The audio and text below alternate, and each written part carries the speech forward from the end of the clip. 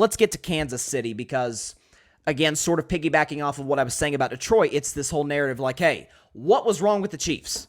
Well, there's a lot of things you could say. They didn't have their second best player, Travis Kelce, their third best player, and their best overall defensive player in Chris Jones, and Mahomes wasn't exactly aided by his wide receivers. Here's an interesting stat, folks. I saw this earlier today, that Patrick Mahomes, do we have it? Patrick Mahomes, when targeting wide receivers last night. You want to see this? 10 for 22, 135 passing yards, only 32 yards after the catch, one touchdown, the one pick, which I'll get into in just a moment, one touchdown to one pick, and a passer rating of 61, well below average. So 45% completion percentage was a career low for Mahomes when targeting wide receivers. So obviously that did not help his cause. And certainly I would argue that and some others, because I feel like everybody picked Kansas City to win this game, despite, in spite of the fact that we knew, I didn't know on Wednesday Kelce was going to be out, but I thought he would. But I still thought, even if there's no Kelce, Kansas City's fully capable of dropping 30. They have in the past one, in the rare instances that Travis Kelce has missed. Be that as it may. This is obviously, and we understand how the Chiefs in the second half struggle to stop the run. I think that helps Chris Jones' cause in terms of his contract negotiations. I'm telling you right now, folks, if I'm Travis Kelce, you're not holding out. So the season's already started. It'd be a weird time to hold out, especially when you're trying to go after back-to-back titles. Man, if I'm Travis Kelce, assuming he's back next week, albeit it's a bone bruise that he's dealing with, that's not. Though those injuries can be funny sometimes in terms of how long it takes to come back. But assuming he comes back 9 days from now, week 2 against the Jacksonville Jaguars, and knock on wood, he stays healthy the rest of the season. I'm going to that 24 off season if I'm Travis Kelce, albeit he's getting up there in age. He's 34 years old, I believe. But I'm going to Kansas City and saying, did you see what that tight end in Minnesota, TJ Hawkinson, just got? Did you see the offense without me? Just see the offense with me last year with the same collection of talent at wide receiver? Marquez Valdes-Scantling, Sky Moore, Kadarius Toney for the second half of the season. Maybe I'm a little bit more valuable to the offense than we initially thought.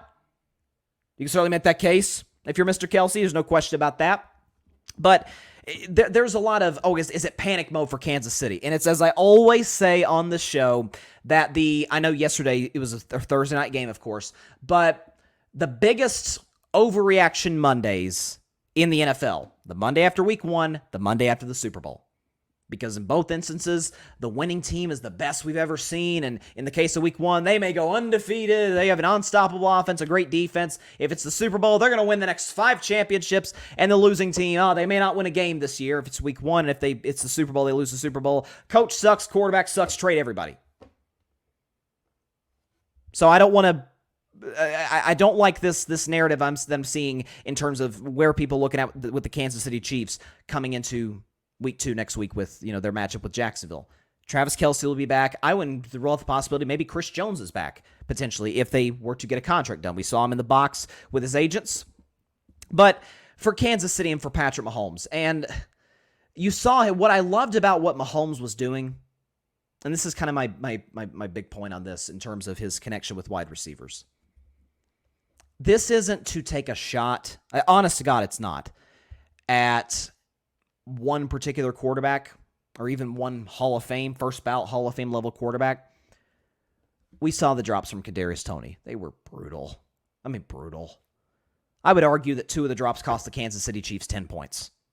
The pick 6, and then the drop. Remember when Detroit goes for it on 4th down, they play aggressive, which, by the way, I totally agree with the call. I love that they went aggressive there. You got to be aggressive to beat the champs.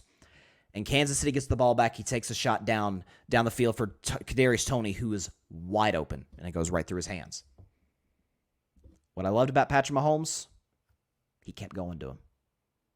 He didn't lose faith in him. Now, you could argue that's by necessity, but it wasn't a situation in which outside of the 4th down and a mile that they went for, the 4th and 25, overwhelmingly, Kansas City was having a lot of success in the short game with their tight ends, with, I think, Gray's the tight end's name, and Blake Bell that they were using, obviously, to replace Travis Kelce.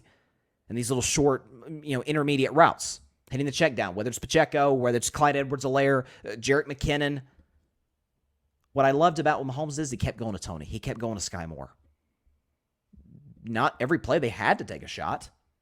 You see, he's open. I'm going to throw it to him. I like what I see here in terms of the coverage. I'm going to take a shot here. How many times we've seen, remember week 1 last year? In Green Bay, Packers fans, you'll remember this very well, better than I would certainly.